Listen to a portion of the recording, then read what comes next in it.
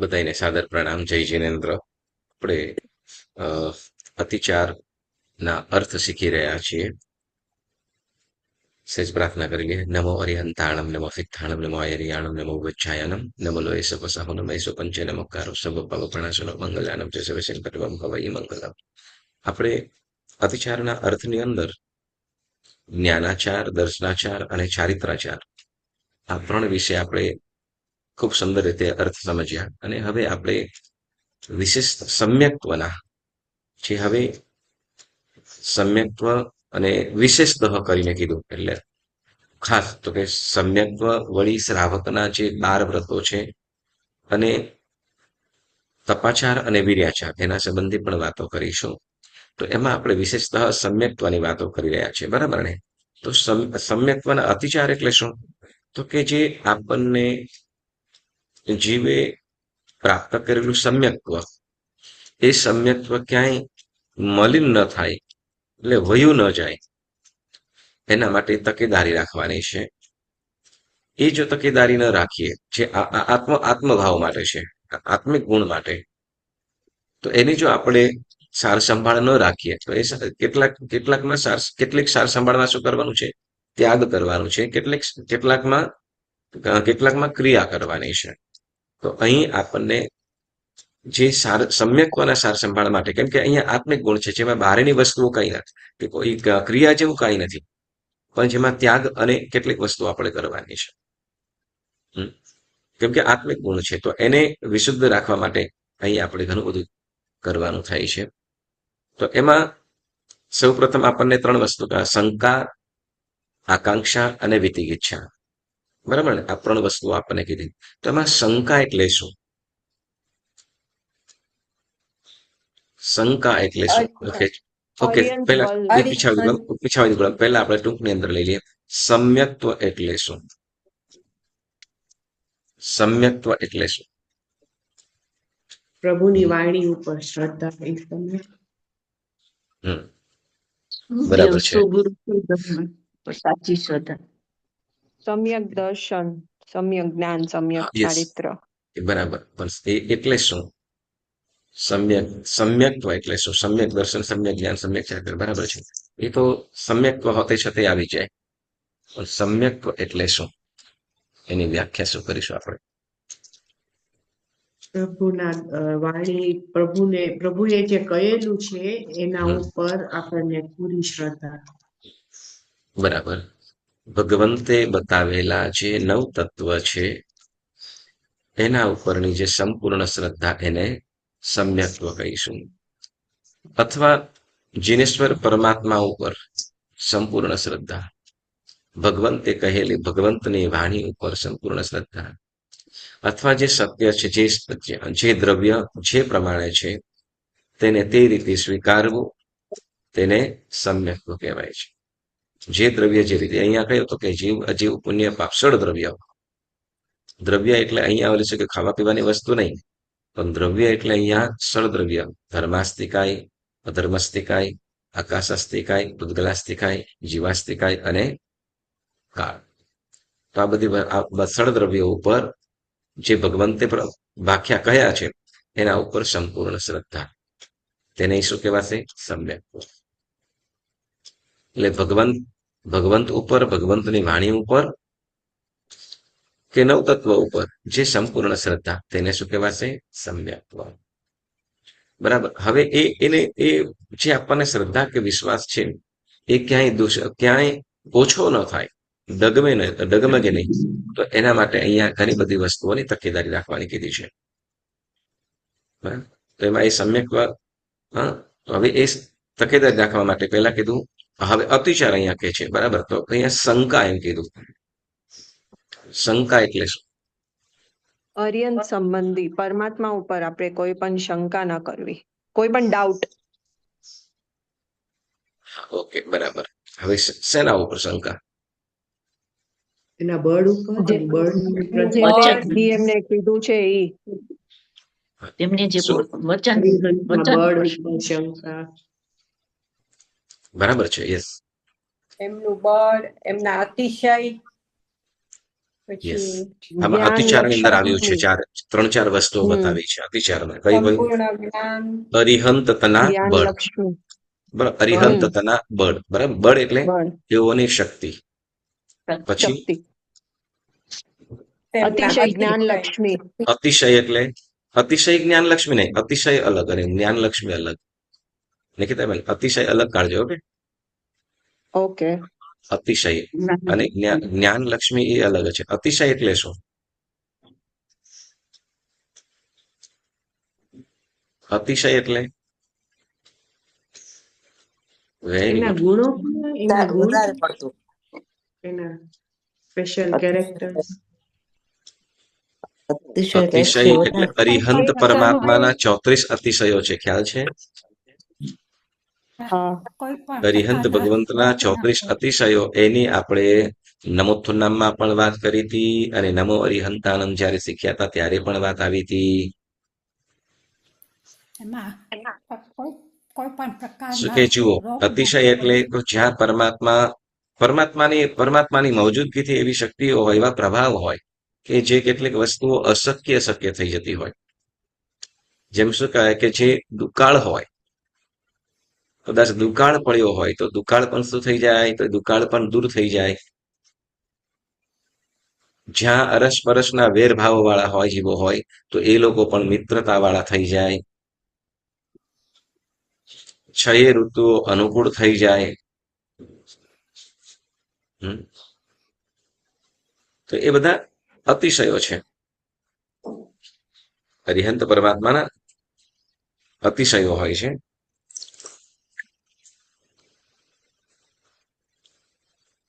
ચોત્રીસ અતિશયો છે, જેમાં આપણે કહી દઉં, ભગવાન ચાલતા હોય, કાંટા પણ ઊંધા થઈ જાય. પ્રભુના શરીરની અંદર, આપણા શરીરની અંદર દુર્ગંધ હોય, બરાબર ને? પ્રભુના શરીરમાં દુર્ગંધ ના હોય. હા. આપણો શ્વાસોશ્વાસ હોય, એમાં પણ દુર્ગંધ. પ્રભુનો શ્વાસોશ્વાસ હોય, એ પણ કેવું તો કે શ્વાસોશ્વાસ કમલ સમો તુજ લોકોત્તર બહાર.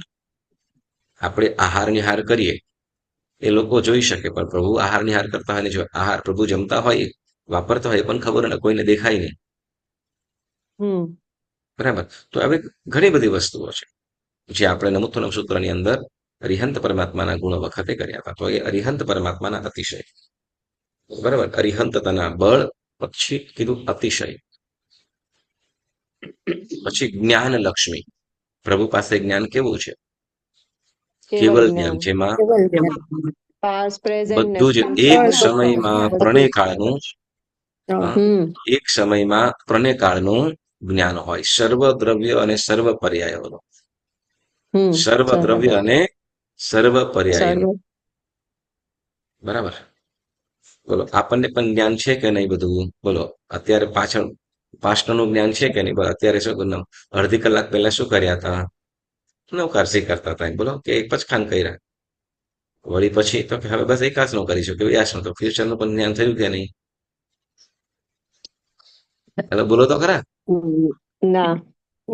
પ્લાન છે, એ તો પ્લાન છે. થવાનું શું છે એ ખ્યાલ નથી. બરાબર. જે કર્યું છે એ યાદ છે, અને કરીશ એનો પ્લાન છે. એ સમયમાં શું થશે એ ખબર નથી. બરાબર. ઓકે. અરિહંત પરમાત્માના પાસે જે જ્ઞાન છે સર્વ દ્રવ્યનું સંપૂર્ણ. બરાબર. સર્વ દ્રવ્ય, જેમાં સૂક્ષ્મ અને બાદર, લોક અને અલોક, સર્વ દ્રવ્ય, સર્વ ક્ષેત્ર અને સર્વકાળ, એમાં અનંતાકાળ સુધીની અંદર, અને પાસ્ટનું પણ અનંતકાળ સુધી, અને ફ્યુચરના પણ અનંતકાળ સુધી. બરાબર. એ બધું જ એમને જ્ઞાન છે. પાછું સર્વદ્રવ્ય એમ કીધું, જેમાં કોઈ પણ વસ્તુ બાકી નથી રહેતી. બરાબર. એના એવા અરિહંત પરમાત્માના જ્ઞાન ઉપર શંકા કરવી. બરાબર. પછી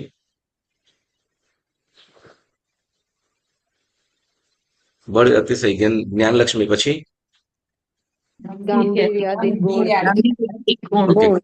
ઓકે, ગાંભીર્યાદિક ગુણ એટલે શું? એમની ગંભીરતા, સંભાવ, ગંભીરતા, ક્ષમા. બરાબર. ગંભીરતા, ક્ષમા, નિર્મમત્વ આદિ ઘણા બધા ગુણો. નિષ્પૃહતા, નિરભિમાનતા. વગેરે. એટલે ગંભીરતા પણ એવી છે, બધું જાણે છે, જુએ છે, છતાં પણ ક્યાંય હસવું નહીં. બરાબર. આપણે એમ કહેવાય કે આપણે કોઈ એવું દ્રશ્ય જોઈએ અને બરાબર છે, કોઈ ફન થતું હોય તો સહજ હસી પડીએ. બરાબર. અને કાંઈક એવું શેર દેખાઈ જાય તો આપણને તરત મુખ ઉપર કે મનની અંદર હાવભાવ પણ એવા થઈ જાય. બરાબર. જ્યારે એક વખતે છે ને, આમ સાધુ ભગવંતો હસે ખરા, સાધુ ભગવંતો પણ હસે નહીં. બરાબર ને. એક વખતે બન્યું એવું, પરમાત્મા પ્રાય કરીને પ્રભુ મહાવીર સ્વામીના સમયની અંદર સમઅવસરણ, અને સમઅવસરણમાં પ્રભુની દેશના ચાલે છે, અને દેશના ચાલુ છે, અને બધા એક ગંભીરતા વાળા છે બધા. આમ બધા ભગવાનને સાંભળી રહ્યા છે, અને એમાં એક સાધુ ઓચિંતાના હસવા લાગ્યા. એક વ્યક્તિ ઓચિંતાને જોર જોરથી હસવા લાગ્યા. હવે હસવા લાગ્યા એટલે કેવું અચરજ લાગે, લોકો ભગવાનની વાણી ચાલતી હોય અને ઓચિંતાને હસવા લાગે, કેવું થાય? બધા લોકો એ તરફનું જાય કે નહીં? પરંતુ ત્યાં લોકો ત્યાં સમજદાર હતા કે નક્કી કંઈક થયું હશે. અને તે વખતે કોઈએ પ્રભુને પૂછ્યું કે પ્રભુ, અમને આ ઓચિંતાના સમઅવસરની અંદર હસવાનું કારણ શું? કે આવું શું કહેવાય, દેશના તો અદભુત સુંદર કક્ષાની દેશના ચાલી રહી છે ને એમાં હસવાનું કારણ? અને ત્યારે પ્રભુએ કહ્યું કે એ હસવા પાછળનું કારણ તો કે એમને અવધિ જ્ઞાન ઉત્પન્ન થયું, અને એ અવધિ જ્ઞાનથી એમને પહેલા કે બીજા દેવલોક સુધીનું અવધિ જ્ઞાન ઉત્પન્ન થયું, અને એ અવધિ જ્ઞાનની અંદર એમને એ જોયું કે ઇન્દ્ર પોતાની ઇન્દ્રાણીના પગમાં પડીને એની પાસે માફી માંગે છે, અથવા એને વિનવી રહ્યા છે. આવું દ્રશ્ય જોયું. હવે આમ તો ઇન્દ્રનો મોભો કેવો કે જે અનેક ઇન્દ્રો, અનેક દેવો જેની સેવાની અંદર હોય, અનેક ઇન્દ્રો જેની દેવો સેવાની અંદર હોય, અને એવો ઇન્દ્ર પોતાની ઇન્દ્રાણીના પગમાં પડીને માફી માંગતો હોય, અથવા કે કામ માટે કઈ વિનંતી કરતો હોય. બરાબર. તો હવે આવું દ્રશ્ય જોયું એટલે શું થાય? અરે, દુનિયાની અંદર જેનું નામ મોભો કહેવાય, પણ એની પણ કેવી દશા છે, કેવી સ્થિતિ છે. એટલે આમ કરીને એને સહજ રીતે હસવું આવી ગયું. આ ભગવાને કીધું. હવે આ દ્રશ્ય ભગવાને પણ જોયું હતું. ભગવાને પણ સર્વદ્રવ્યનું એક ક્ષણની અંદર સર્વદ્રવ્યનું જ્ઞાન હોય. સિમંદર સ્વામી ભગવાન છે તો આપણે શું કરી રહ્યા છે બધું જુએ છે. દેશના ભલે ગમે તે આપતા હોય, પણ સર્વદ્રવ્યની અંદર સર્વ ક્ષેત્રની અંદર શું થાય છે બધું ખ્યાલ છે. પણ પ્રભુ એના તરફ એને શું કહેવાય, એને હસવું કેવું કાંઈ પણ ના આવે, હસવું કે રડવું કાંઈ પણ ના આવે. નરકના જીવો કેવી વેદના ભોગવી રહ્યા છે એ પણ જોઈ રહ્યા છે. બરાબર. છતાં પણ શું કહેવાય કે છતાંય ત્યાં નથી આંસુ કે નથી કઈ હસવું. એટલે શું કહેવાય, શોક વિનાના, હર્ષ વિનાના, દુઃખ વિનાના એવા. એટલે એવા અનેક ગુણોથી યુક્ત, એટલે ગાંભીર્યાધિક ગુણ એમ કીધું, ગંભીરતા. બરાબર. તો એવા અરિહંત પરવા ગાંભીર્યાધિક ગુણ. પછી શું કીધું? શાશ્વતી પ્રતિમા. શાશ્વતી પ્રતિમા. પ્રતિમા. શાશ્વતી પ્રતિમા. બરાબર. શાશ્વત જિનાલય, શાશ્વતી પ્રતિમા. તો એ શાશ્વતી પ્રતિમા ઉપર વગેરે છે, તો એના ઉપર આપણે શંકા કરીએ. જે માગધ, વરદામ, પ્રભાસ આદિ તીર્થો છે, વળી વૈતાડ્ય પર્વત, વર્ષધર, વક્ષસ્કાર, કંચનગીરી આદિ જે પર્વતો છે, ત્યાં શાશ્વત જિનાલયો રહેલા છે, અને શાશ્વતી પ્રતિમા પણ છે. વળી આગળ વધીને કહીએ તો દેવલોક વગેરે આદિની અંદર પણ શાશ્વત જિનાલયો અને શાશ્વતી પ્રતિમાઓની વાતો વર્ણન આવે છે. તો એના એવું તો ના હોય. શાશ્વત તો કેવી રીતે, કોઈ તો બનાવ્યું જ હોય ને. હા. અને જે પરંતુ અહીંયા અનાદિકાળથી છે અને અનંતકાળ સુધી રહેવાનું છે. તો હવે એના ઉપર શંકા કરે તો એ શું થયું? શાશ્વતી પ્રતિમા, એના ઉપરની શંકા. પછી આગળ બોલો. ચારિત્રના ચારિત્ર્યના ચારિત્ર દેખી શ્રી બોલો. જીન વચન સંદેહ કીધો. સંદેહ કીધો. હા. જીનેશ્વર ભગવંતે જે ચારિત્ર અને એમને બતાવેલો જે ધર્મ છે, આપણા સાધુ સાધ્વી જે ભગવંતો જે ઉત્કૃષ્ટ પ્રકારનું છે ચારિત્રનું પાલન કરે છે, બરાબર, તો એના ઉપર પણ કુશંકા ભાવથી જોવામાં આવે. આનાથી શું લાભ થતો હશે? શું આ તો ધગધગતા તો ધોમ તડકાની અંદર વિહાર કરતા હોય ને એમાં કષ્ટ માત્ર શું કહેવાય કે માત્ર કષ્ટ સહન કરી જાણે છે વગેરે અનેક શંકાઓ કુશંકાઓથી જોવામાં આવે. તો અહીં જે કીધું તો કે સાધુ સાધ્વી જે ભગવંતો પ્રત્યે જે મોક્ષ માર્ગના સાધક કષ્ટના એ પરિસહોને સહન કરે છે, પરિસહોને ક્ષમતા ભાવથી સહન કરે છે. તો એવા ભાવોને એમને શું કરવાનું છે? વંદન કરવાનું છે, એમના પ્રત્યેનો અહોભાવ લાવવાનો છે. બરાબર, એની જગ્યાએ એના ઉપર શંકા કરી. બરાબર, તો એ શંકા અરિહંત પરમાત્માને જે શંકા કીધું એ વસ્તુ ક્યારે પણ કરવાની નહીં. જો આપણને શંકાઓ થતી હોય તો ચોક્કસ ગુરુ ભગવંત પાસે એનું આલોચના લઈને એનું શુદ્ધિકરણ કરી લેવું. બરાબર, શંકા. પછી કીધું આકાંક્ષા. હવે આકાંક્ષા એટલે શું? તો કે સંસારના સુખોને સંસારના ભૌતિક સુખોને મેળવવા માટે અન્ય દેવદેવીની કે એમને બતાવેલા ધર્મની કે એમને બતાવેલી તિથિઓની કે એમને બતાવેલી જે ક્રિયા કે વિધિઓ, તો એ કરવા માંડવું. શેના માટે? સંસારના સુખોને મેળવવા માટે. ફરીથી ને, સંસારના સુખો પણ આપણા કર્મજન્ય જ છે. સંસારની અંદર આપણને જે દુઃખ આવે છે કે કર્મ આવે છે, દુઃખ આવે છે, સુખ આવે છે, એ પણ કર્મને આધીન જ છે. તો આપણે જે સદભાવની અંદર રહીને હંમેશા શુભ ભાવોની અંદર રહીને ધર્મ આરાધનાની અંદર જોડાયેલા રહેવું, અને ધર્મ આરાધનામાં જોડાયેલા રહેવું, અને પરમાત્માની આજ્ઞા સહિતનું આજ્ઞા સહિત એનું પાલન કરતા જે આપણે કદાચ વ્યાપાર વ્યવસાય કરવો પડે, સંસારને ચલાવવાનું છે, તો એ પ્રમાણે એ કરી શકાય. તો હવે આપણે અહીંયા કીધું કે આકાંક્ષા સંસાર ભૌતિક સુખોને પામવા માટે કેટલું કરવામાં આવતું હોય. કઈ કીધું? તો આપણે કીધું બ્રહ્મા, વિષ્ણુ, મહેશ્વર, ક્ષેત્રપાલ, ગોગો, આસપાલ, પાદર દેવતા, ગોત્ર દેવતા, ગ્રહ પૂજા, વિનાયક, હનુમંત, સુગ્રીવ, વાલીનાહ. બરાબર, પછી ઇત્યવમાદિક બીજા વગેરે પણ ઇત્યવમાદિક, પછી ગ્રામનગર ક્ષેત્ર દેવતા, અને ગામના કોઈ વળી ગામના કે નગરના કે છે પાદર એટલે ભાગોળ વગેરેના જે દેવદેવીઓ હોય, તો એ બધાની પૂજા કરવી વગેરે. વળી જુજુવા એટલે જુદા જુદા. પછી શું કીધું? તો કે આતંક કે સંતાપ કે રોગ કે ભય આવ્યો તો તે વખતે એની આપણે પૂજા વગેરે કરતા હોઈએ.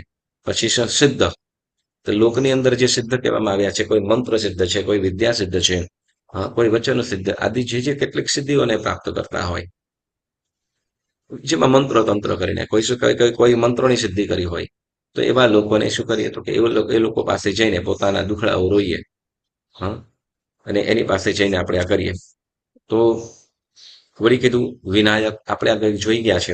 વિનાયક એટલે ગણેશ, જીરાવલો એટલે મિથ્યાત્વી દેવ વિગે છે, એ પણ એક પ્રકારના મિથ્યાત્વી દેવ છે. ભરડા વિગે, ભરડા એટલે જે બાવા, અઘોરી બાવા વગેરે.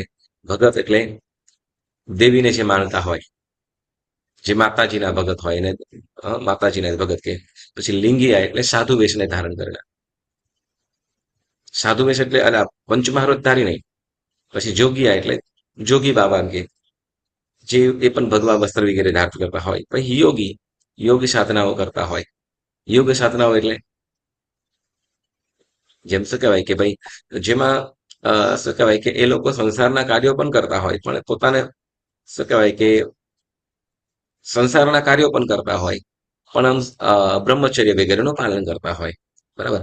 પછી દરવેશ એટલે જેમાં ફકીર કીધા, જે મુસલમાન લોકોના જે ઓલા મૌલવી હોય કે ઓલા શું કહેવાય પીર, ઓલા શું દરગાહ હોય, તો દરગાહ ઓલા લોકો ત્યાં ઓલા કાળા કપડા અને માથે લીલું કપડું પહેરતા હોય અને મોરપીંછ વગેરે લઈને કરતા, એ ફકીર કહેવાય. બરાબર. તો એ બધા એ લોકોના મંત્રો તંત્રોની અંદર કે એ લોકોના ચમત્કારો વગેરે જોઈને એઓની અંદર ભોળવાય, એઓની અંદર ભૂલવ્યા એટલે ભોળવાયા, એના તરફ આકર્ષાઈ ગયા. બરાબર. વળી કે છે સંવત્સરી, શ્રાદ્ધ સંવત્સરી એમ કીધું, શ્રાદ્ધ સંવત્સરી. હવે એમાં સંવત્સરી એટલે આપણે સંવત્સરી પ્રતિક્રમણ કરીએ છીએ કે પરસ્પર ક્ષમાપણા કરીએ છીએ, એ નહીં, પરંતુ અહીંયા શું કે શ્રાદ્ધ વગેરે કરવામાં આવે. શ્રાદ્ધ વગેરે કે પછી શું કહેવાય કે કોઈ મૃત્યુ પામ્યું હોય તો મૃત્યુ ભોજ કરાવે એટલે શું કહેવાય એની પાછળ કોઈ સ્વર્ગસ્થ થયું હોય તો એની પાછળ કોઈ 10 બ્રાહ્મણ કે 12 બ્રાહ્મણ કે 11 બ્રાહ્મણ જમાડતા હોય. તો આવું જે કરતા હોય કે આ શું કહેવાય એની શું કહેવાય એને ખવડાવે, એને ભોજન કરાવીએ એટલે એ ભોજન કોને તો કે જેના નામનું કરતા હોઈએ એને હમ, જેના નામનું કરતા હોય એને મળી જાય એમ. એક વખતે બનેલું એવું અ કૃષ્ણદેવરાય રાજાના રાજ્યસભાની અંદર એક લોકો હા લોકો એવું કર્યું કે રાજાને કહેવામાં આવ્યું કે તમારા જે પિતૃ સ્વર્ગસ્થ થયા છે તો એમને તમારે જો અન્ન પાણી વગેરે મોકલવું હોય, પહોંચાડવું હોય તો તમારે શું કરવાનું તો કે 100 બ્રાહ્મણ કે 1100 બ્રાહ્મણ કેવી રીતે જમાડવાનું. તો એ ભોજન તમને શું તો કે તમે એ ભાવથી તમે જમાડો, તમે કંઈ પણ એમને દાન કરો કે ભોજન આપો તો એનાથી શું થાય, એનાથી તો કે તમારા જે પિતૃઓ છે એની પાસે પહોંચી જાય. શું તો કે એ ભોજન કે એનું એ પુણ્ય બધું એની પાસે પહોંચી જાય. તો હવે ત્યાંનો જે મંત્રી હતો ને એને કહ્યું કે મહારાજ આ તો શું રીતસરનું હળેહળ દેખાય કે શું તો કે ઘણા બધા બ્રાહ્મણોને જમાડવાના, વળી પાછા જમાડવાનું, વળી પાછા શું કે સુવર્ણનું દાન કરવાનું. સુવર્ણ કે રત્ન વગેરેનું દાન કરો તો એ બધું પુણ્ય કોને તો કે અમારા પિતૃઓને મળી જાય, તમારા પિતૃઓને મળે. એટલે અહીંયા તો જે મંત્રી હતો એને રીતસરનું દેખાણું કે ભાઈ આ તો રીતસરના શું કરે તો કે રાજાને હળેહળથી લૂંટ કરવામાં વિચાર કર્યો. એટલે એ જે મંત્રી હતો ત્યાંનો જે પંડિત મંત્રી હતો ને એ કર્યું કે મહારાજ મારે પણ શું કહેવાય કે મારે પણ કામ કરવું છે.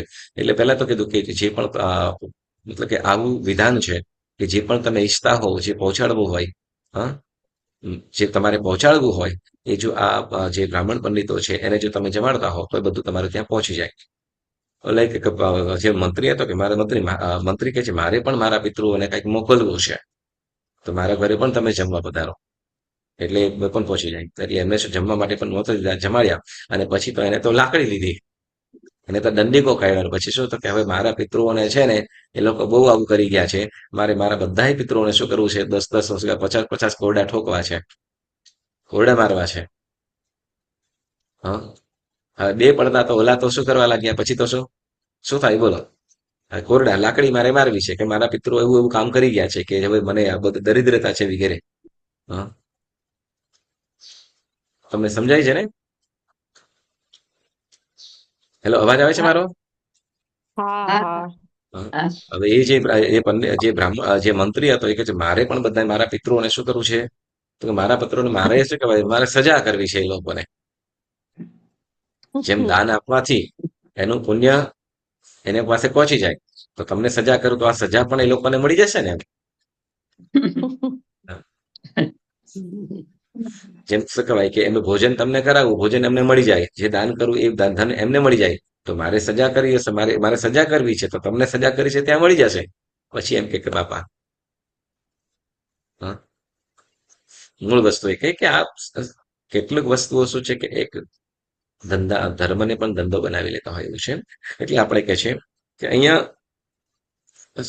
શું કે છે કે આ શ્રાદ્ધ સંવત્સરી વગેરે તો એ મરી ગયા પછીનું જે ભોજન કરવામાં આવે એને બરાબર વાર્ષિક રીતે ભોજન કરાવવું વગેરે તો એ પણ એક મિથ્યાત્વ છે.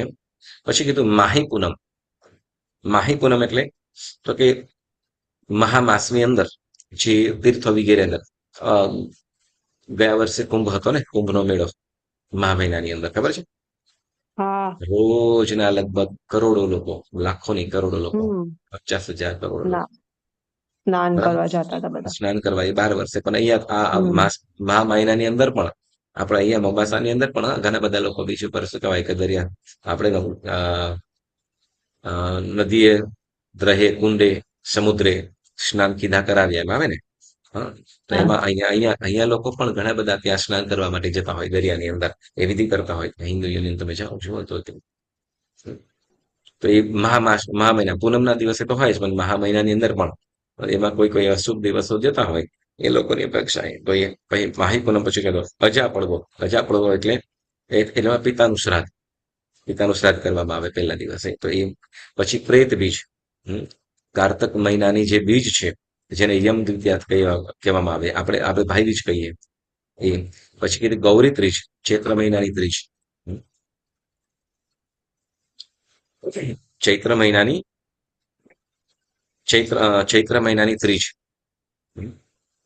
ચૈત્ર મહિનાની ત્રીજ એને ગૌરી ત્રીજ કહેવામાં આવે. વિનાયક ચોથ એટલે આપણે જે સંવત્સરીનો દિવસે ગણેશ સ્થાપના થતી હોય. વળી નાગ પંચમી શ્રાવણ સુધી પાંચમનો દિવસ. વળી કેટલાક વદ પાંચમના દિવસને પણ કહે. પછી જીલના છઠ્ઠી. હા, જીલના છઠ્ઠી જેને આપણે રાંધણ છઠ કહેવાય. રાંધણ છઠ આ બધો અજૈનોની અંદર હોય છે. રાંધણ છઠ વળી એના પછી શીતળા સાતમ એમ કહેવામાં આવે. એટલે વાસી ભોજન કરે એ દિવસે રાંધે નહીં. હમ. તો શીતળા સાતમ કહેવાય છે. એટલે શીતળા દેવીની પૂજા કરતા હોય. વળી ધ્રુવ આઠમી એટલે ભાદ્રવા વદ આઠમનો દિવસ. બરાબર. એ દિવસે ગૌરી પૂજન કરતા હોય. વળી નવલી નવમી એટલે નકુલ નવમી, નકુલા નવમી. હવે એમાં શું કરતા હોય આપણને એક્ઝેક્ટલી ખ્યાલ નહીં. પછી અહવા દશમી અથવા કે દશમી. પછી વ્રત એકાદશી આપણે 11 મૌન એકાદશી કરતા હોય તો એ લોકો એકાદશીનું વ્રત કરતા હોય. વળી વચ્છ બારસી જે આપણે વાઘ બારસી કહીએ, વાઘ બારસ. પછી ધનતેરસી આ દિવાળીના જે 3 દિવસો છે, બરાબર ને, વાઘ બારસ, ધનતેરસ, પછી અનંત ચૌદશી એટલે ભાદરવા સુધી ચૌદશ, ભાદરવા સુદ ચૌદશનો દિવસ. વળી કે આદિત્ય વાર, આદિત્ય એટલે આદિત્ય વાર કરીને કે આપણે જે આદિત્ય એટલે રવિ, રવિવાર, કોઈ કે રવિવાર કે સોમવાર રહેતું હોય, કોઈ મંગળવાર કરતું હોય, કોઈ બુધવાર રહેતું હોય, ગુરુવાર કહેતું હોય, હમ, કોઈ શુક્રવાર કરતું હોય, કોઈ શનિવાર કરતું હોય. તો આ એ ગ્રહોને પોતપોતાના ગ્રહોના આધારે એ લોકો કરતા હોય. ઉપવાસ કરતા હોય કે અડધો દિવસ સુધી કઈ નહીં જમવાનું, કે એ દિવસે કેટલીક વસ્તુ કોઈ કઈ વાળ નહીં કપાવવાનું, કોઈ વળી કે તેલ નહીં નાખવાનું, વળી એ રીતે કંઈક ઉપવાસ વગેરે કરતા હોય. બરાબર. તો એ આદિત્યવાર કે ગ્રહ પીડાઓ માટે. બરાબર. વળી પછી શું કહેવાય, આંગળીઓની અંદર નંગ પણ પહેરતા હોય. હા. ઓલું કે ને આપણે શું, તો કે કોઈ મંગળવાર રે, કોઈ બુધવાર રે, હમ, કોઈ શુક્રવાર રે, કોઈ શનિવાર રે, પણ હખના ના રે. હમ. ઓકે. પછી કે છે ઉત્તરાયણ. હમ. ઉત્તરાયણ એટલે મકર સંક્રાંતિનો દિવસ. ઉત્તરાયણ મકર સંક્રાંતિનો દિવસ. એ દિવસે મોટી ઘટના પણ થયેલી એક. ઓકે. નવોદક એટલે ખ્યાલ આવ્યો? ઓકે. હા. ઓકે. નવોદક, નવોદક એટલે ઓકે, નવોદક એટલે વરસાદનું નવું પાણી આવે. વરસાદનું નવું પાણી આવે, તેની ખુશાલીમાં મનાવવા આવતું પર્વ, જેને અત્યારે ઉજાણી તરીકે પણ ઓળખવામાં આવે. ત્યાર પેલા ઉજાણી. કંચનભાઈ નૈવેદ્ય કીધા, હા, નૈવેદ્ય કીધા હા, બસ એ ઉજાણીતી વખતે છે. ઉતારણા આદિત્ય વાર ઉત્તરાયણ નૈવેદ્ય કીધા. નૈવેદ્ય એટલે જે મિથ્યાત્વ દેવ દેવીતાઓ માટે નૈવેદ્ય કીધા. બરાબર. હવે જો અહીંયા કુળદેવી માટે જે કરતા હોઈએ, બરાબર, તો કુળદેવીના હા. ઔચિત્ય માટે આપણે કરતા હોઈએ વસ્તુ અલગ છે. કુળદેવીના કુળદેવીના ઔચિત્ય માટે આપણે કરવું પડતું હોય વસ્તુ અલગ છે. પણ ત્યાં પણ અંતે એક મિથ્યાત્વ તો છે અને વ્યવહાર છે. હમ. બરાબર. એક વસ્તુ હા. આવતીકાલે આવશે કે ભાઈ લતાબેન એક બહુ મસ્ત છે. મિથ્યાત્વ પણ 2 પ્રકારના, લૌકિક મિથ્યાત્વ અને લોકોત્તર મિથ્યાત્વ. ઓકે. બરાબર. એ તમને આ બીજો કર્મગ્રંથ પ્રારંભ કર્યું છે અને શરૂઆતમાં જ આવશે. લૌકિક મિથ્યાત્વ અને લોકોત્તર મિથ્યાત્વ. હવે લોકોત્તર તો જૈન ધર્મ છે. તો જૈન ધર્મમાં મિથ્યાત્વ કેવી રીતે હોઈ શકે? કેટલીક કાંઈ ક્રિયા આપણે કંઈક મિથ્યાત્વ, પરમાત્મા પ્રત્યેની શ્રદ્ધા પણ છે, ધર્મ પણ સંપૂર્ણ છે, પણ ક્યાંક આપણે કંઈક મિથ્યાત્વ તો નથી કરતા ને. તો એ લૌકિક અને લોકોત્તર આ 2 પ્રકારના મિથ્યાત્વ છે. એની વાતો આવશે આપણે. એટલે શું કીધું કે નૈવેદ્ય. હવે એ રીતે શું કે બીજા દેવદેવીઓ માટે, બીજા દેવદેવીઓનું કરતા હોઈએ તો એ પણ આવી જાય. પછી નવોદક્યા એટલે જે નવો વરસાદ પડે, નવો વરસાદ આવે ને તો તે વખતે ઉજાણી કરતા હોય. ગામડાઓની અંદર હજી ખેતીવાડી વગેરે થતી હોય, તો તેવાની અંદર, કેમ કે ખેતીવાડી માટે શેની આવશ્યકતા પડે? પાણી, વરસાદની. કેમ કે કુવાઓ કે વેલ કે તળાવોમાં પાણી પણ ક્યારે ભરાય? જો વરસાદ આવે તો. વરસાદ ન હોય તો કાંઈ. તો એના માટે એટલે શહેરોની અંદર પણ કરતા હોય, પણ હવે શહેરોની અંદર પ્રથા બહુ ઓછી થઈ ગઈ. બરાબર. તો આ નવોદક્યા એટલે કે ઉજાણી પર્વ. પછી કીધું યાગ એટલે યજ્ઞ કરતા હોય. પછી ભોગ એટલે શું કહેવાય છે, દેવદેવીઓને ભોગ લગાડતા હોય, જેને આપણે ઠાકોરજીનો ભોગ એમ કે. ઓલું ખબર છે, હા. આ શું કહેવાય, અન્નકૂટ. અન્નકૂટ હા અન્નકૂટ કરવામાં આવે દિવાળી દિવાળીમાં, અને એના પહેલા એના પહેલા પણ કઈ કરવામાં આવે, શું કહેવાય, આ પેલું અન્નકૂટ હા દિવાળીમાં, યસ અન્નકૂટ, બરાબર. તો એ ભોગ ધરાવવામાં પછી ઉતારણા કીધા કરાવ્યા. ઉતારણા એટલે દેવ દેવીઓને તેડાવવા. એમાં જે લોટા તેડાવો ને એ પણ આવી જાય. હવે આ તમને જાણ કરવા માટે તમને કહું. ઓકે, પછી બીજું કંચનભાઈ બીજું આમાં લખ્યું છે કે આ ઉતારણા કીધા જ્યાં ઓલા ખબર છે 4 રસ્તા મળતા હોય ને પછી ઘણી વાર આપણે કઈ નજર લાગી ગઈ છે પછી હા લીંબુ હા ને હા મરચાં નાખે એ આવે હા ઓકે ઉતારણા હા કીધા કરા yes. હવે એ પણ હા હા એ ઉતારો કાઢ્યો એમ કે ઉતારનો પણ અહીંયા બીજી રીતે આજે માતાજી તેડાવા એ પણ આવે. પછી બીજું કે રાવણું, એક રાવણું એટલે શું છે કે ગામની અંદર છે ને હવે કોઈ અજાણ્યો વ્યક્તિ કોઈ પણ એ ખબર ન હોય રાત્રે આવે, બરાબર. રાત્રે એ લોકો રાત્રે આવીને હવે સમજો કે એ વસ્તુ અમુક જગ્યાએ સુધી પહોંચાડવાનું હોય. હવે કોણ મૂકીને ગયું હોય કોઈને કાંઈ ખબર નહીં, બરાબર. હવે એમાં કોઈ પણ વસ્તુ હોય કે માતાજીનો ફોટાઓ પણ હોય, વળી કોઈ બકરો પણ હોય, કદાચ મરઘા પણ હોય, વળી કઈ બીજી ઓલા ઘોડાઓ એટલે ઓલા માટીના ઘોડાઓ પણ હોય. તો એવી લગભગ 8-10 વસ્તુઓ એમાં, બરાબર, એ વસ્તુઓ પણ હોય. હવે એ વસ્તુઓ પછી મોટી હોય. હવે એ વસ્તુઓ મૂકીને વહી ગયું પછી ત્યાંથી હવે પછી એ ગામના લોકો શું કે ભાઈ આપણે સુધી પહોંચ્યું છે એટલે આપણે અહીંયાથી આગળ પહોંચાડવાનું. એટલે આમ કરે પછી એ લોકો પણ રાત્રે એવા સમયે જ જાય, બરાબર, કે એ લોકોને આગળ ગામ સુધી કે કોઈ મૂકીને જાય તો કે એ લોકોને કઈ પાબંદી ન હોય. એક ધર્મ ભાવ હોય છે એટલે મિથ્યા પેલો. તો એ પણ શું તો કે એનું બધું કરતા હોય. તો ઉતારના કીધા અને કરાવે એમ. વળી જે શું કહેવાય કે બીજી રીતે કહીએ તો કે જે ઓલા શું કહેવાય, જેમ આપણે સાધુ સાધ્વીજી ભગવાન તો આવતા હોય તો આપણે ત્યાં એમને શું કરીએ, પગલા કરાવીએ ને, આપણે ત્યાં રહીએ, આપણા ઘરે વાસવાન કરે તો આપણને કેવો આનંદ થાય, બરાબર ને. તો એવી રીતે મિથ્યાત્વ લોકો છે એને તેડાવીએ, પોતાના ઘરની અંદર બધું કરાવીએ. તો એ અહીંયા એ ઉતારણા કીધા એવું પણ આવી જાય, બરાબર. એટલે ઉતારણા કીધા કરાવ્યા. પછી છે ગ્રહણ. ગ્રહણ કે સૂર્યગ્રહણ કે ચંદ્રગ્રહણ વગેરે હોય તો તે વખતે કેટલુંક યજ્ઞ વગેરે કરાવે. તો એ પણ બરાબર. શનિશ્ચર તો શનિવાર કરવા વગેરે. તો હવે એવી રીતે અજાણના થાપ્યા એટલે તો કે જે લોકોને આપણે જાણતા નથી ને એ લોકો આગળથી કરતા આવ્યા છે અને એને આગળ કરતા રહ્યા, આગે સે ચલી આ રહી. કોણે કર્યું છે, કેમ કર્યું છે, કઈ ખબર નહીં, બસ આગળથી કરતા આવ્યા છે ને આપણે કર્યું. તો વગેરે એટલે અજાણના થાપ્યા. અનેરાએ વ્રતો લાવી દીધો એટલે એવા બીજા અજાણ્યા વ્યક્તિઓ, આજે કીધું એ કદાચ વૈદિક ધર્મોની અંદર કહેવામાં આવ્યું હોય, પણ એના સિવાય પણ ઘણી બધી વસ્તુઓ કહેવામાં આવી કે જે લોકોને જાણતા ન હોય છતાં પણ શું તો કે લોકો કરે છે તો આપણે કરીએ. જેમ કેવાય ને સાઈબાબા કોણ છે, આગળ પરિવાર આગળ પાછળનું કઈ ખ્યાલ નહીં. કોણ છે ખ્યાલ છે, માતા પિતા કોણ છે, ક્યાંથી આવ્યા છે, શું છે, કઈ ખ્યાલ નહીં. બસ છે કે બસ એમને એ કર્યું અને એમનું એ કરવા લાગે. તો એમને જે પણ કીધું એને પછી કરતા રહે. તો કે આ અજાણના થાપ્યા એમ કીધું. અજાણના એટલે અજાણ્યા લોકોથી થપાયેલું. બીજા પણ અનેરાઈ એટલે બીજા, વ્રતો લાવીને નાના મોટા વ્રતો.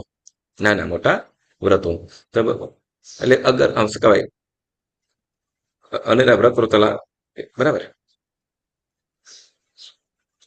અનેરા વ્રતો કીધા. પછી વિતિગિચ્છા ધર્મ સંબંધી ફલ તને હા વિશે વિતિગિચ્છા એટલે ધર્મ સંબંધી આ ફલ તને વિશે સંદેહ કીધો. ધર્મ સંબંધી આ ફલ તને એટલે આપણે જે ધર્મ કરીએ છીએ, બરાબર. હવે વિતિગિચ્છા એટલે આપણને જે ધર્મ કીધો છે. હવે અહીંયા અરિહંત પરમાત્મા એ બતાવેલા ધર્મ વિશેની વાત કરીએ છીએ કે જે ભગવંતે કીધું છે કે સ્વાધ્યાયથી આપણા આત્માની અંદર શુભ ભાવો આવે છે, સારા વિચારોનું સર્જન થાય છે, આપણો આત્મા કંઈક સરળતા વાળો બને છે. આવું શક્ય છે? યસ, ચોક્કસ. વળી આગળ વધીને કીધું કે જેમ તપ કરવાથી આપણા કર્મોની નિર્જરા થાય છે, થાય કે ન થાય? આપણને ખબર પડે છે? થાય આપણને ખબર પડે ના છે? ના તો આપણે કેવી રીતે માનીએ? આપણને તો ખબર તો કે ના, અરિહંત પરમાત્માએ કીધું છે થાય જ. જેમ શું કહેવાય કે ભાઈ કેવી રીતે થાય એ આપણને ખ્યાલ નથી. સિમ્પલ વસ્તુ છે કે ભાઈ તપેલીમાં પાણી મૂકીને ગેસ નીચે ચાલુ કરી દઈએ, બરાબર ને, તો સહજ પાણી ઉકળે છે, ગરમ થાય છે, બરાબર ને? ગરમ થાય કે ન થાય? બરાબર. જેમ સહજ રીતે પાણી ગરમ થાય છે, હવે કેવી રીતે થાય એ બસ એક ગેસ એનું પ્રક્રિયા કરે છે, બરાબર. દૂધ જેમ મેળવન નાખીને મૂકી દીધું એટલે સહજ એમાં દહીં થાય જ. એ દહીં કેવી રીતે થાય એ, બરાબર, તો એની પ્રક્રિયા શરૂ કરે છે. બસ એવી રીતે આપણે જે આરાધના ક્રિયા કરીએ છીએ, જે પણ ધર્મ આરાધના ક્રિયા કરીએ છીએ, એનું જે ફળ છે એ ઓચિંત એ અચૂક ને અચૂક થાય છે અને થાય જ છે, બરાબર. ઓકે. એટલે કે છે વિધિગચ્છા ધર્મ સંબંધી આ ફલતની વિષય સંદેહ કીધો, ક્યારે પણ શંકા નહીં કરવું. જે જીનેશ્વર પરમાત્માએ કીધું છે તદ્દન સત્ય થશે. અને તમને એટલે જ કહું છું ફરીથી ને, પણ જે જીનેશ્વર ભગવંતે આપણને જે આરાધનાના ફળ કીધા છે એ ચોક્કસ ને ચોક્કસ મળશે અને મળશે જ. ધૈર્યતાયુક્ત હોવું જોઈએ, ધીરજતા પ્રમાણે. હા, એક વખતે છે ને કેટલીક એની પર પ્રક્રિયા હોય. આપણે જે કદાચ અત્યારે જે વર્તમાન અત્યારે જે આપણે પુણ્ય ભોગવી રહ્યા છે કે સુખ સૌભાગ્યને ભોગવી રહ્યા છે, એ શ્લોકે ગયા ભવોનું આપણે જે પુણ્ય હશે એ ઉપાર્જન કરી રહ્યા છીએ. ગયા ભવોનું જે પુણ્ય ઉપાર્જન કરેલું હતું કે ધર્મ આરાધના કરી હશે, એના કારણે સુખ સૌભાગ્ય મળ્યા છે.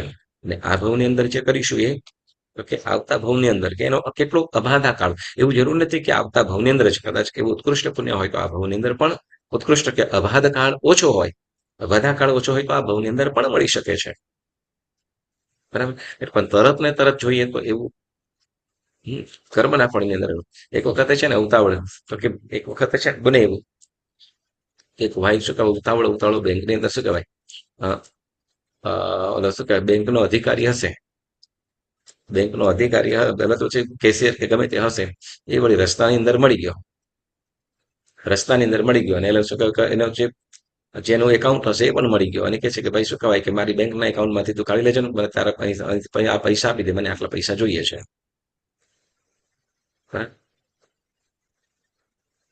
અને શું કહેવાય કે કદાચ બેંકની બહાર જ કે તમે અંદર જઈને બધું બતાવી લેજો ને મને અહીંયા આપી દો, એવું શક્ય થાય ખરું? ન થાય, બરાબર ને. હવે એ લોકો કોઈ રીતે સમજે જ નહીં.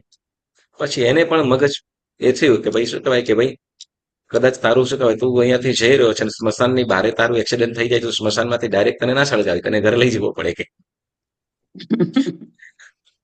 એટલે તરત ને તરત ના થાય કે એટલે જે પ્રોસેસ હોય બસ કર્મની અંદર પણ એવું છે કે આપણે જે આરાધના કરીએ જે પણ કરીએ તે બધું પણ શું થાય છે, જેમ આપણે શું કહે કે આપણે જે આરાધના કરી રહ્યા છો એક વસ્તુ તમે યાદ રાખજો, તમે જે પણ અત્યારે વર્તમાન સમયની અંદર તમારા જીવનની અંદર જે પણ પરિવર્તન આવ્યું હશે એ તરત ને તરતમાં નથી આવ્યું.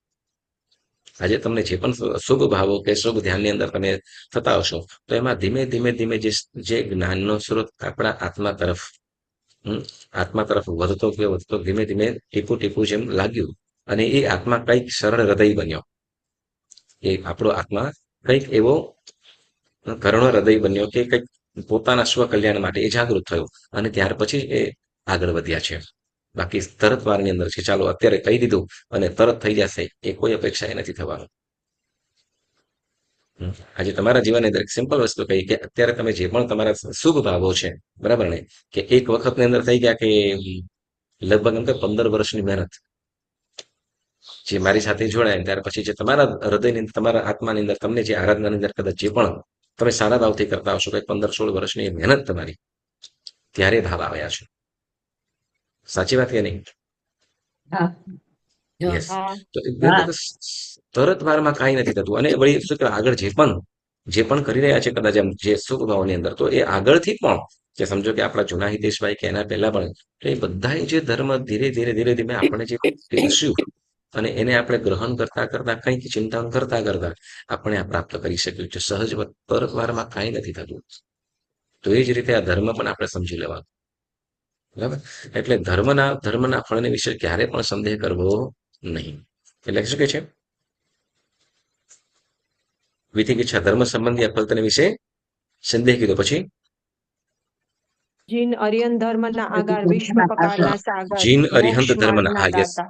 જીન અરિહંત જીનેશ્વર પરમાત્મા જેઓએ જીન એ કીધું કે જે ઇન્દ્રિયોને અને રાગ દ્વેષને કર્મ શત્રુઓને જીતી ગયા છે તે જીન, અને અરિહંત ધર્મના એટલે એ જીનેશ્વર અરિહંત પરમાત્માના ધર્મના આગર. હવે આગર એટલે શું? તો કે આગર અને સાગર બે શબ્દ છે, બરાબર છે. જીન અરિહંત ધર્મના આગર અને વિશ્વ પકાર સાગર, બરાબર. તો કે આગર એટલે સાધુ સાધ્વીજી ભગવંતો. આગર એટલે ઘર અથવા છૂટ, બે અર્થો થાય.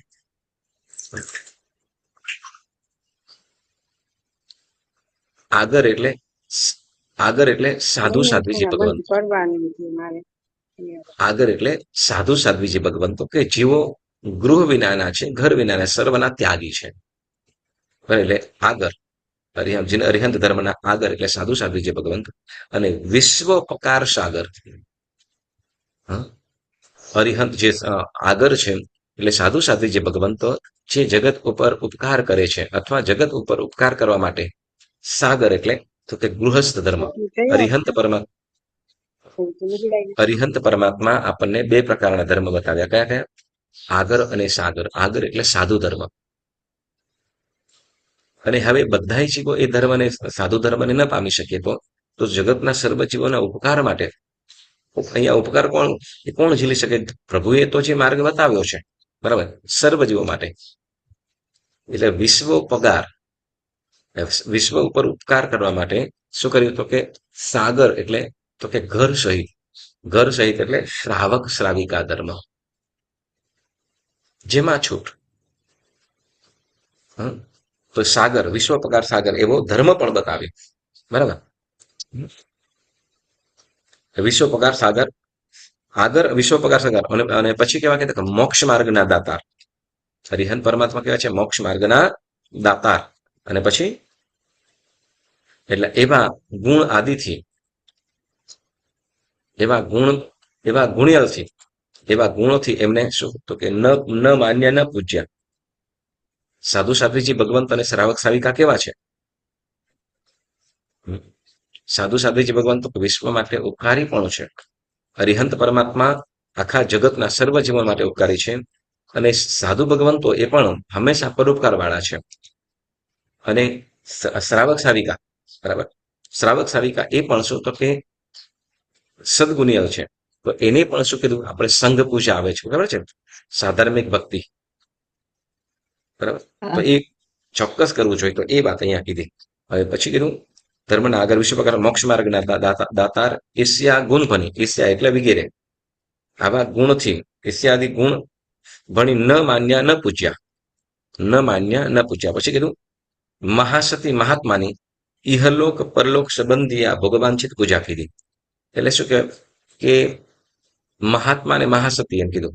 હવે જે મહાત્મા ને કે બીજા જે કદાચ મહાત્માઓ એટલે કદાચ સાધુ પણ લઈએ અથવા અન્ય ધર્મના સાધુ પણ લઈએ, તો એઓની પૂજા કરી એ લોકોને માન્યા. પણ શેના માટે? તો કે એ લોકોની ભક્તિ સેવા પૂજા કરતો આ લોકોની અંદર સુખ મળશે, બરાબર, કે એની જો કૃપા કરે અને એ આપણા ઘરની અંદર આવે અને આપણા ઘરની અંદર કલ્યાણ થઈ જાય, ધન સમૃદ્ધિ વગેરે મળે અને યશ કીર્તિની પણ પ્રાપ્તિ થાય, બરાબર. અને અહીંયા ભક્તિ કરીશું, આ તો એવા છે કે આની ભક્તિ કરીશું આ લોકોમાં તો મળશે જ, પણ પરલોકમાં આપણને શું કરશે? પરલોકની અંદર પણ સારું એવું પુણ્યના કારણે સારા સુખો મળશે. તો એટલે મોક્ષ માર્ગ માટે નહીં, પરંતુ અહીંયા ભક્તિ કરીશું તો આપણા ઘરનું માન સન્માન દેખાશે, વળી બીજા ભાવની અંદર સુખ મળશે જ. એટલે ભોગ વાંછિત પૂજા કીધી. એહલોક પરલોક સંબંધી, એટલે આલોક અને પરલોક માટે હંમેશા શું? જો સંગમે પૂર્વ ભાવની અંદર જે સાધુ ભગવંતને ખીર વરાવી, તો તે વખતે આ લોકની અંદર મારું વંશકય થઈ જાય એવું નહીં. આ તો સરસ મજાના છે, બસ નિસ્વાર્થ ભાવે ભક્તિ કરી અને બીજા ભાવની અંદર પુણ્ય કેવું? તો કે 99 પેટીઓ ધરો શાલીભદ્ર, બરાબર. પણ સાથે એવું હતું કે મોક્ષ માર્ગ પણ સાધી લીધો. એટલે એ સાધુ સાધ્વીજી ભગવંતો મહાત્મા કહેલા, એ મહાસતી અને મહાત્મા કીધા એટલે સાધુ સાધ્વીજી ભગવંતો.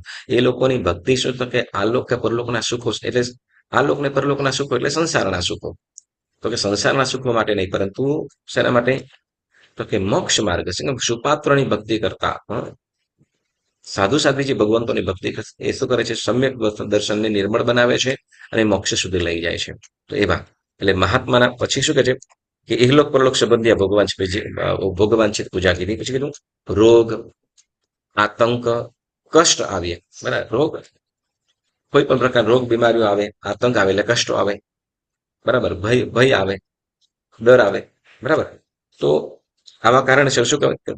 આવું હોય તો ખીન વચન ભોગ માન્ય, કે વસ્તુ સાચું નથી, પરંતુ એને શું તો કે એની વાતોને સાચું માની લે કે તમારું આમ છે એ તમારું આ થઈ જશે, તમે આમ કરશો એટલે તમારું આ કાર્ય થઈ જશે. તો એ વાતો જણાવીને કે તમને ધન મેળવવું છે, તમે આ કાર્ય કરો, તમારું આ કાર્ય થઈ જશે. તમારા ઘરમાં નડતર છે, તમે આની પૂજા કરજો એટલે તમારું નડતર પણ દૂર થઈ જશે, વગેરે અનેક વચનોથી શું કરશે? હા, તો એ બધાને એ બધું શું કરીએ? એ બધું આવું છે એટલે તમે હવે આમ કરશો એટલે તમારું કોઈ ડર બતાવી દે, તો જેના કારણે પછી શું કરે? તો કે એ કરવા માંડે. તો કે રોગાંત તો કષ્ટ આવે, ખીન વચન ભોગ માન્યા. ખીન એટલે જે ખોટા વચન છે. પછી શું કે છે? મહાત્માના ભાત પાણી મલ શોભા તની નિંદા કીધી. એટલે સાધુ સાધ્વી જે ભગવંતો છે, બરાબર, હવે એ લોકો આહાર ગોચરી વાપરે, બરાબર ને? તો હવે શું લઈ જાય એ આપણને વહોરી હોય એ જ ખ્યાલ, એને જ ખ્યાલ, વહોરાવી હોય એને જ ખ્યાલ હોય, બીજા કોને? હવે એને ઘણી વખતે શું નિંદા કરશે? તો કે આ તો પાત્રા ભરી ભરીને લઈ જાય છે અને ઉપાસના કોઈને જોતા પણ નથી, ખાતા હશે બેઠા બેઠા બધા. વળી શું કે ઓ આ કેવા મેલા ઘેલા કપડા પહેરેલા છે. એટલે ભાત પાણી મલ શોભાતાની, એટલે શરીરનો મલ એટલે શરીરનો મેલ વગેરે જોઈને શું કરે? તો નાતા પણ કેવા ગંદા છે. કેમ કે બીજા લોકો શરીરની શુદ્ધિ, નાહી ધોઈને ચકાચક વગેરે રહેવું, પરફ્યુમ વગેરે લગાડીને. અહીંયા એ સર્વના ત્યાગ એવા સાધુ સાધ્વી જે ભગવંતો છે, તો એ બધું જોઈને શું કરે? તો કે એની નિંદા કરે, કેવાના જેવા ગંદા છે. હવે એમાં પણ પાછા વિહાર વગેરે કરવાનું હોય ત્યારે સમયની અંદર જોઈએ તો શું થાય? તો કે એક તો તડકા હોય, વિહાર કરવાનો હોય એટલે પસીનો તો થતો હોય, વળી સાથે વિહાર કરતા ધુમાડો પણ, ગાડીઓના ધુમાડા પણ ઉડતા હોય, ધૂળ પણ ઉડતી હોય, તો એનો મેલ પણ જામી જાય અને વળી કપડાં પણ એવા મેલા ઘેલા થઈ ગયા હોય. તો આ બધું જોઈને શું તેના પ્રત્યે દુર્ભાવ કરે, એટલે કે જે શું કીધું? નિંદા કરી. વળી કે છે કુચારિત્ર્ય દેખી ચારિત્ર્ય ઉપર કુભાવ પૂરો. એટલે જે કુચારિત્ર્ય, હવે સમજો કે કેટલાક શું કે ચારિત્ર વાળા છે, બરાબર ને? કદાચ સાધુપણું પણ હોય, પણ એ સાધુપણાને શું કરતા હોય? તો કે દોષ લગાડતા હોય, શીતળતા હોય, આચારોનું પાલન પણ ન કરતા હોય, તો એવા લોકોને જોઈને, એવા સાધુઓને જોઈને જે શુદ્ધ ચારિત્ર વાળા છે એવા સાધુ સાધ્વીજી પ્રત્યે કુભાવ કરવો.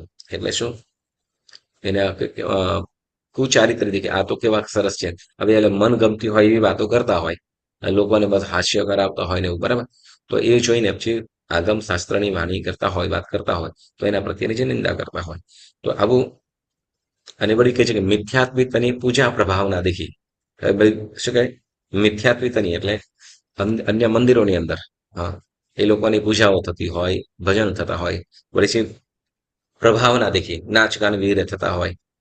હવે વળી પ્રભાવના એટલે તો કે પછી એ બધું કરતા પછી મહાપ્રસાદ પણ હોય,